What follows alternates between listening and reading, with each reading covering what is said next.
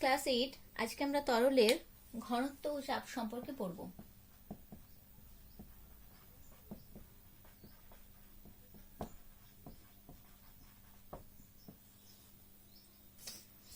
তরলের ঘনত্ব ও চাপ। ঘনত্ব জিনিসটা কি? ধরো তোমাকে বাড়িতে শরবত বানাতে বললো, একটা গ্লাসে তুমি শরবত বানালে, শরবতটা বানানোর জন্য তুমি ব্যবহার করেছো জল, চিনি,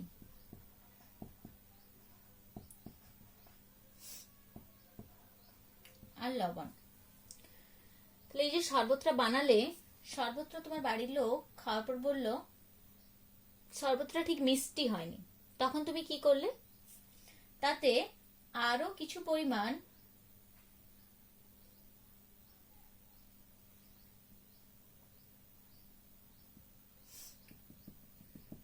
চিনি মিশিয়ে দিলে, মানে মিষ্টিটা মিশিয়ে দিলে। শরবত বানালে, শরবতে দিয়েছিলে জল, চিনি, লবণ, জল যতটা ছিল আছেই। যখনই বললো তোমাকে যে শরবতটা মিষ্টি হয়নি, তখনই তুমি আরো কিছু পরিমাণ তাতে চিনি মিশিয়ে দিলে। তারপর খাওয়ার পর দেখা হলো শরবতটা বেশ মিষ্টি লাগছে। তাহলে এখানে তফাৎটা কি হলো? প্রথমে মিষ্টি লাগছিল না, তুমি মিষ্টিযুক্ত জিনিস দিয়েছিলে চিনি, তা সত্ত্বেও লাগছিল না। পরে আবার যখন কিছু পরিমাণ চিনি দিয়ে দিলে, তখন শরবতটা বেশ মিষ্টি লাগলো। এটা থেকে আমরা কি বুঝছি? এই ঘনত্ব সম্পর্কে একটু ধারণা করার চেষ্টা করছি। তার মানে প্রথমে তোমার শরবতে যে পরিমাণের চিনি ছিল, পরে শরবতে তার থেকে বেশি পরিমাণ চিনি যোগ হয়েছে, অর্থাৎ চিনিটার পরিমাণটা বেড়েছে। লবণ এবং জল একই আছে, কিন্তু বেড়ে গেছে কিসের পরিমাণ? চিনির পরিমাণ বাড়লো,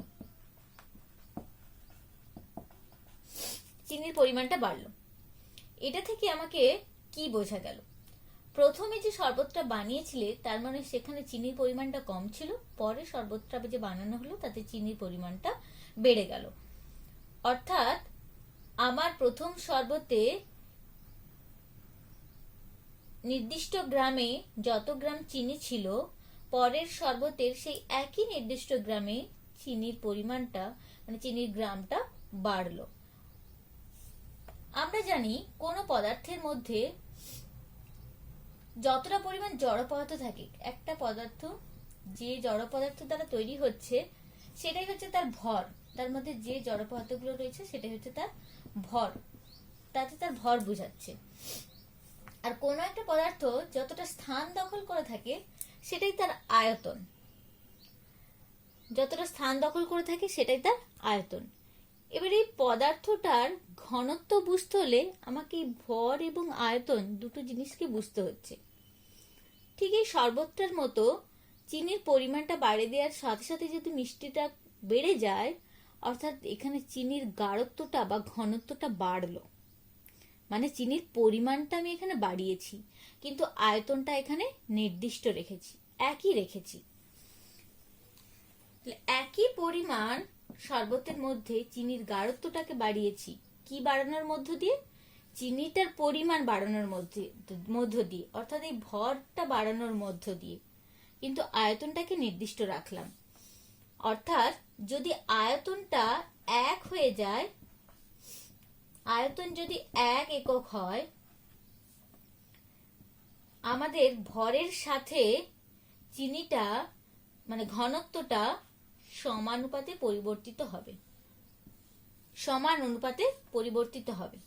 তাই ঘনত্ব সমান ভর বাই আয়তন। বোঝার চেষ্টা করো একটু তোমরা। আমি বললাম কোন পদার্থটা যে পরিমাণ জড় পদার্থ দ্বারা তৈরি হয়েছে সেটাই তার ভর, সেই জড় পদার্থটা দিয়ে তার ভর বোঝাচ্ছি। সে যতটা জায়গা দখল করে থাকলো সেটাই হলো তার আয়তন। তাহলে এর মধ্যে যদি জড় পদার্থের পরিমাণ বেড়ে যায়, তার মানে কি বেড়ে যাবে? এর ভর বেড়ে যাবে, কিন্তু এই জায়গা দখলটা কি বাড়বে? আর বাড়বে না। জায়গাটা সে যতটা দখল করেছিল ততটাই দখল করে আছে এখনো। তাহলে জায়গা দখলের পরিমাণটা বাড়লো না, অর্থাৎ আয়তন বাড়লো না। তাই আয়তন যখন 1 একক হয়ে গেল, তখন ভরের সঙ্গে ঘনত্বটাকে আমি সমতুল্য করতে পারলাম। অর্থাৎ বলতে পারি একক আয়তনের কোনো পদার্থের ভরকেই বলা হয় ওই পদার্থটির ঘনত্ব। এটা হলো সংজ্ঞা। একক আয়তনের কোনো পদার্থের ভরকেই বলা হয় ওই পদার্থটির ঘনত্ব। ঘনত্ব সমান ভর বাই আয়তন। ঠিক আছে, সাধারণত তাহলে আমরা দেখতে পেলাম যার ঘনত্ব বেশি হবে, সে বেশি হওয়ার কারণ হিসাবে আমরা পাবো তার ভরকে, অর্থাৎ যার ভরটা বেশি হবে তার ঘনত্বও বেশি হবে। তার মানে ঘনত্ব যখনই বেশি বুঝবো তার ভরটা বেশি, মানে সে বেশি ভারী। আর ঘনত্ব কম হলে বুঝবো যে তার ভরটাও কম।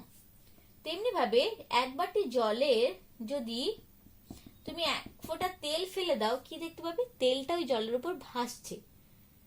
কখনো যত নড়াচড়া করো, চামচ দিয়ে গুলিয়ে দাও, দেখবে তেলটাকে কিছুক্ষণ পর আবার জলের উপরে ভাসতেই দেখতে পাবে। কখনো তেলটাকে জলে গুলিয়ে যেতে বা জলের নিচে চলে যেতে দেখতে পাবে না। বা একটু মোম ফেলে দাও, সেটাকেও তুমি এরকম ভাসন্ত অবস্থায় দেখতে পাবে।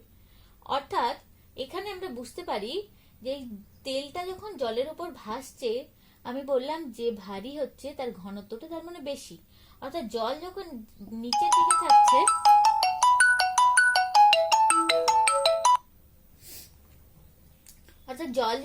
দিকে থাকছে, তার মানে জলের ঘনত্বটা বেশি, অর্থাৎ ভারী।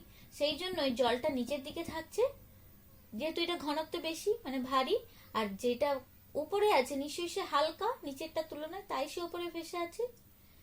যেমন আমরা দেখেছি বরফ জলে ভাসে, তাই তো? এক টুকরো বরফকে যদি জলে দাও, দেখবো বরফটা জলে ভাসছে। তাহলে এখান থেকে আমরা সিদ্ধান্ত আসতে পারি নিশ্চয়ই বরফটা জলের তুলনায় হালকা, তাই জন্যই বরফটা জলের উপর ভাসছে।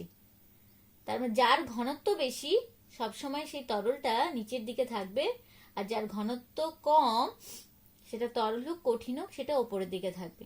অর্থাৎ কোন পদার্থকে যদি আমি তরলে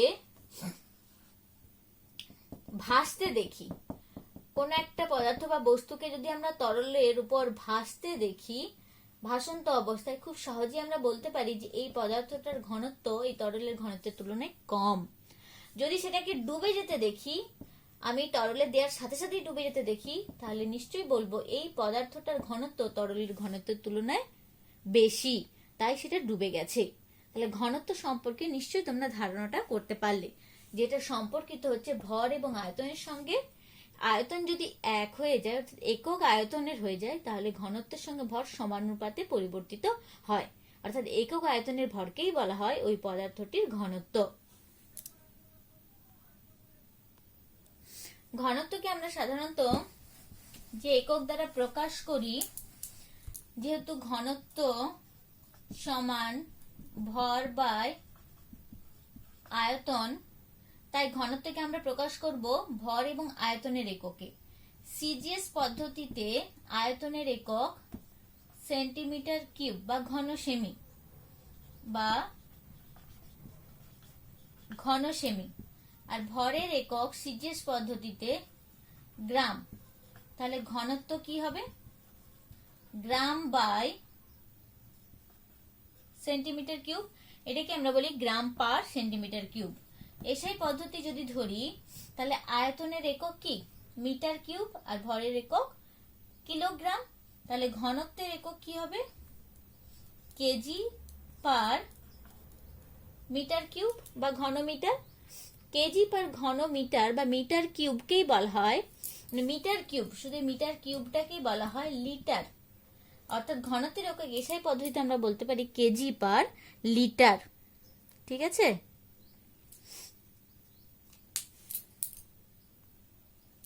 এবারে আমরা চলে যাব চাপে। চাপটা কি? চাপ হচ্ছে একক ক্ষেত্রফলের উপর প্রযুক্ত বলকেই বলা হয় চাপ। চাপ সমান হলো প্রযুক্ত বল বাই একক ক্ষেত্রফল, মানে ক্ষেত্রফল। ক্ষেত্রফলটাকে যদি একক বলি, আগেরটা আয়তনের মতো, প্রযুক্ত বল বাই ক্ষেত্রফল। অর্থাৎ ক্ষেত্রফল যদি এক একক হয়ে যায়, মানে বর্গ একক হয়ে যায়, ক্ষেত্রফল যদি এক বর্গ একক হয়ে যায়, ঠিক ঠিক আগেরটাও আয়তন লেখার সময় আমি শুধু একক কথাটা লিখেছিলাম, মানে ওটা ঘন একক, এক ঘন একক আয়তনটা। আগে যখন ঘনত্ব সমান ভর বা আয়তন বললাম, যে আয়তনকে একক হয়ে গেল, একক এক একক হয়ে গেল, মানে এক ঘন একক যদি হয়ে যায় সেটা সেন্টিমিটার কিউব হতে পারে বা মিটার কিউবে হতে পারে, মানে এক ঘন একক সেন্টিমিটারও হতে পারে, মিটারও হতে পারে। এখানে ক্ষেত্রফলে যদি এক বর্গ একক হয়ে যায়, মানে ক্ষেত্রফলের মান যদি 1 হয়ে যায়, মানটা শুধু বলছি, যদি 1 হয়ে যায় তাহলে চাপ সমান কি হবে? প্রযুক্ত বল। অর্থাৎ চাপকে আমার প্রযুক্ত বলের সঙ্গে আমি পরিবর্তিত করতে পারি এবং সেটা সমানুপাতে পরিবর্তিত হবে, সরল অনুপাতে পরিবর্তিত হবে। ঠিক আছে, তাহলে চাপ সমান প্রযুক্ত বল বাই ক্ষেত্রফল হওয়ার জন্য একক ক্ষেত্রফলের উপর প্রযুক্ত বলকেই বলা হয় চাপ। এটা হলো চাপের সংজ্ঞা। এবার আমরা জানি যে কোনো বস্তুকে, অর্থাৎ 1 কেজি ভরের বস্তুকে প্রধানত পৃথিবী যে বল দ্বারা নিজের কেন্দ্রের দিকে টানে সেটা হচ্ছে 9.8 নিউটন। 1 কেজি ভরের কোনো বস্তুকে পৃথিবী 9.8 নিউটন বল দ্বারা নিচের দিকে টানে। যদি এই জায়গায় আমি 5 কেজি ভরের বস্তু নিই, তাহলে বস্তুটিকে কত বল দ্বারা টানবে? নিশ্চয়ই 5 × 9.8 নিউটন বল দ্বারা টানবে।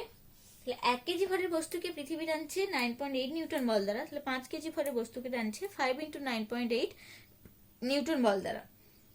এখন আমার প্রশ্ন হলো যে এই 5 কেজি ভরের বস্তুটা যদি আমি একটা টেবিলের উপর রাখি, সেক্ষেত্রে ওই 5 কেজি ভরের বস্তুটা টেবিলের উপর কতটা চাপ প্রয়োগ করছে।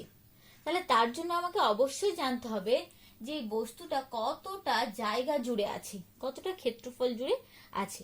এখন প্রশ্ন হলো, কোনো একটা বস্তুকে যদি আমি টেবিলের উপর রেখে দিই, তাহলে বস্তুটা কি চলতে থাকে না সেই জায়গাতেই থেকে যায়? আমাদের অভিজ্ঞতা বলছে যে সেই জায়গাতেই থেকে যায়, এবং কেন থেকে যায় সেটা আমি তোমাদের ঘর্ষণ পড়ানোর সময় বলেও ছিলাম। কারণ এই বস্তুটাকে, যদি বস্তুটার ওজন যদি 5 কেজি হয়, তাহলে যে ওজন বল যেটা কাজ করছে নিচের দিকে পৃথিবীর অভিকর্ষ বলের দরুন, সেটা হলো 5 × 9.8 নিউটন। ঠিক একইভাবে নিশ্চয় টেবিলটাও এই বস্তুটার ওপর সমান মানের একটা ঊর্ধ্বমুখী বল প্রয়োগ করছে, যেটার জন্য বস্তুটা টেবিলের ওপর স্থির হয়ে থাকছে, কোনোদিকে নড়াচড়া করতে পারছে না। তাই বস্তুটার ওপর মোট ক্রিয়াশীল বল, শুধু বস্তুর দ্বারা না, মানে বস্তুটার ওপর মোট ক্রিয়াশীল বল, অর্থাৎ বস্তুটার ওপর নিচের দিকে যে পৃথিবীর নিম্নাভিমুখী বল কাজ করছে সেটা, আর টেবিল দ্বারা বস্তুটার ওপর যে ঊর্ধ্বমুখী বল কাজ করছে, সেই দুটো বলের মান সমান, যার জন্যই বস্তুটা টেবিলের উপর স্থির রয়েছে। কিন্তু এখানে আমরা যেটা বের করতে চাইছি যে চাপটা, অর্থাৎ বস্তুটাকে টেবিলের উপর রাখার দরুন বস্তুটা কতটা পরিমাণ চাপ প্রয়োগ করছে। তার জন্য নিশ্চয়ই এই বস্তুটা টেবিলের উপর কতটা জায়গা জুড়ে আছে, মানে ক্ষেত্রফলটা এখানে আমাকে বের করতে হবে। যেহেতু বস্তুটা আমার শুধু দৈর্ঘ্য এবং প্রস্থযুক্ত একটা বস্তু, তার ক্ষেত্রফলটা কত টেবিলের উপর রাখলে তার ক্ষেত্রফল যে জায়গাটায় আছে সেই ক্ষেত্রফলটা কত সেটা আমাকে জানতে হবে। সেটা যদি জেনে যাই তাহলে আমার প্রযুক্ত বল তো পেয়ে গেছি, বস্তুটির দ্বারা প্রযুক্ত বল এবং কতটা জায়গা জুড়ে আছে সেই ক্ষেত্রফলটা জেনে গেলেই আমরা কিন্তু পেয়ে যাব যে বস্তুটা টেবিলের উপর কতটা চাপ প্রয়োগ করেছে। ঠিক আছে, এখানে আমরা যে বিষয়টা করতে চাইছি সেটা হচ্ছে চাপ, তরলের চাপ। তরলের চাপ কি? তরল পদার্থ নিশ্চয়ই বস্তুর মতো টেবিলের উপর একা একা থাকতে পারবে না, তার জন্য একটা আধার বা পাত্রের প্রয়োজন হয়। তাহলে সেই পাত্রের থাকা অবস্থায় তরল কিভাবে চাপ প্রয়োগ করছে বা কতটা পরিমাণ চাপ প্রয়োগ করছে সেটা আমরা এবার জানবো। ধরো একটা বোতল নিলাম,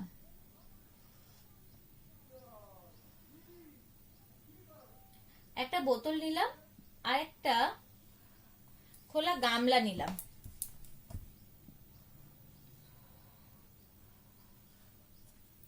বোতল এবং এই খোলা গামলাটা একটু বড় সাইজের করি। এই বোতলটায় যতটা পরিমাণ তরল পদার্থ, জলের কথাই বলি, যতটা পরিমাণ জল ধরে এই গামলাটায় প্রায় 3টা বোতলের জল দিলে তবে গামলাটাতে ভর্তি হয়। ঠিক আছে, 3টি বোতলের জল। এবারে দেখা গেছে এই বোতলের গায়ে একটা ছোট ছিদ্র করেছি আর গামলার গায়ে একটা ছোট ছিদ্র করেছি। বোতল দিয়ে জল বেরিয়ে পড়ছে ছিদ্র করার দরুন, গামলা দিয়েও জল বেরিয়ে পড়ছে ছিদ্র করার দরুন। কিন্তু একটা জিনিস খেয়াল করলাম গামলা দিয়ে যে জলটা বেরোচ্ছে সেটা গামলার খুব কাছেই পড়ছে, বোতল দিয়ে যে জলটা বেরোচ্ছে সেটা বোতল থেকে অনেকটা দূরে পড়ছে। কেন এই জিনিসটা হলো? বোতলে যা জল ছিল তার থেকে তো গামলায় জলটা অনেক বেশি ছিল, তাহলে তা সত্ত্বেও কেন এই রকম ঘটনাটা ঘটলো? একটাতে দেখতে পাচ্ছি বেশি দূরে জল পড়ছে আর একটায় কম দূরে জল পড়ছে। কেন এটা হলো? নিশ্চয়ই তার মানে এখানে এমন কিছু জিনিস রয়েছে। একদিকে যদি দেখতে চাই, ভরের দিকে এখানে যতটা জল ছিল তার থেকে যেহেতু 3 গুণ জল এখানে রয়েছে, এই বোতলের তুলনায় 3 গুণ, তাহলে নিশ্চয়ই গামলাটার যে পরিমাণ, আমি যে টেবিলের উপরে রাখি না কেন, যে পরিমাণ বল প্রয়োগ করছে সেটার পরিমাণ বেশি, কার তুলনায়? বোতলের তুলনায়। কিন্তু আরেকটা জিনিস যদি খেয়াল করে দেখতে পাবো, বোতলে তরলের যে উচ্চতা গামলায় তরলের উচ্চতার তুলনায় বেশি। যদি ক্যাপিটাল এইচ আর এটা যদি স্মল এইচ হয়, তাহলে এখানে দেখতে পাচ্ছি capital H greater than small H, বোতলে তরলের উচ্চতাটা বেশি। এখন আমার প্রশ্ন এই তরলের চাপ সম্পর্কিত। তরলের চাপটা জানার জন্য দেখলাম, তার মানে এই ফুটো দিয়ে অনেকটা দূরে জল বেরোচ্ছে, কথার অর্থ হলো তার মানে জলের বেগটা বেশি। এই জলের, তাহলে আমরা কি দেখতে পেলাম? এখানে জলের ভর বেশি, অর্থাৎ বেশি পরিমাণ জল থাকা সত্ত্বেও এখানে যে জলটা বেরোচ্ছে এই ফুটো দিয়ে তার গতিবেগ এখানে গতিবেগের তুলনায় যথেষ্ট কম। তাহলে তার একটাই কারণ হতে পারে, সেটা কি না, এখানে এই জলতলের উচ্চতাটা অর্থাৎ এইচটা এখানে জলতলের উচ্চতার তুলনায় বেশি। অর্থাৎ জলতলের উচ্চতা যদি বেশি হয়, কম পরিমাণ জল থাকা সত্ত্বেও যদি জলতলের উচ্চতা বেশি হয়, সেক্ষেত্রে তার মানে যে জলটা নির্গত হচ্ছে সেই জলের বেগটা বেশি, এবং এই বেগটা বেশি হয়েছে তার মানে কিসের জন্য? চাপের জন্য। অর্থাৎ এখানে বেশি পরিমাণ চাপ প্রযুক্ত হয়েছে, এই বেশি চাপ প্রযুক্ত হয়েছে তার মানে নিশ্চয়ই এই বেশি উচ্চতার জন্য। অর্থাৎ একটা সিদ্ধান্তে আমরা আসতে পারলাম যে জলের পরিমাণ বেশি হওয়া সত্ত্বেও বা ক্ষেত্রফলটা এখানে বেশি হওয়া সত্ত্বেও আমরা কিন্তু জলের চাপ বেশি পেলাম এই বোতলটার ক্ষেত্রে। যেখানে জলতলের উচ্চতা বেশি সেক্ষেত্রে চাপটা বেশি। আমরা এটা একটু ম্যাথমেটিক্যাল ক্যালকুলেশন করে দেখি। দেখো এখানে বলেছি যে গামলায় 3টা বোতলের সমান পরিমাণ বোতল ধরে। ধরি এই বোতলটাতে 1 কেজি জল ধরে এবং এই বোতলটার ক্ষেত্রফল হচ্ছে a।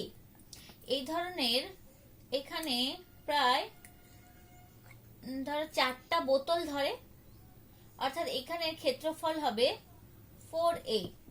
4টা বোতল যদি বসাই সুন্দরভাবে বসে যেতে পারে, তার ক্ষেত্রফল হচ্ছে 4a।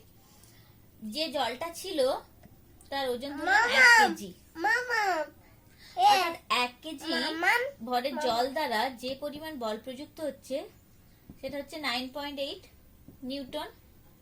তাহলে এই ক্ষেত্রে চাপ, অর্থাৎ বোতলের ক্ষেত্রে চাপ 9.8 বাই a, তাই তো, নিউটন পার মিটার স্কোয়ার। চাপের একক নিউটন পার মিটার স্কোয়ার, এটা স্কোয়ার বা বর্গ মিটার। এখানে গামলার ক্ষেত্রে এখানে গামলার ক্ষেত্রে চাপ কত হবে?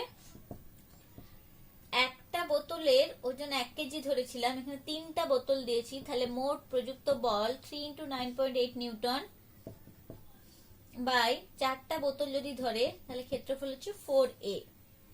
এখানে 9.8 বাই a আর এখানে 9.8 বাই এটাকে যদি দুটো ক্ষেত্রে একই আছে বাদ দিই, তাহলে অর্থাৎ 3/4। 3/4 মানে এটা নিশ্চয়ই লেস দেন 1। 3/4 মানে লেস দেন 1, তাই তো, 1 থেকে কম।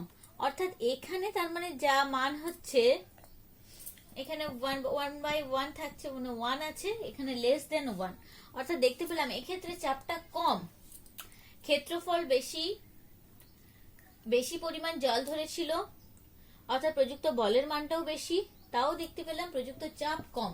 তাহলে এটা থেকে আমরা সিদ্ধান্তে আসতে পারলাম যে তরলের চাপ তরল স্তম্ভের উচ্চতার উপর নির্ভর করে।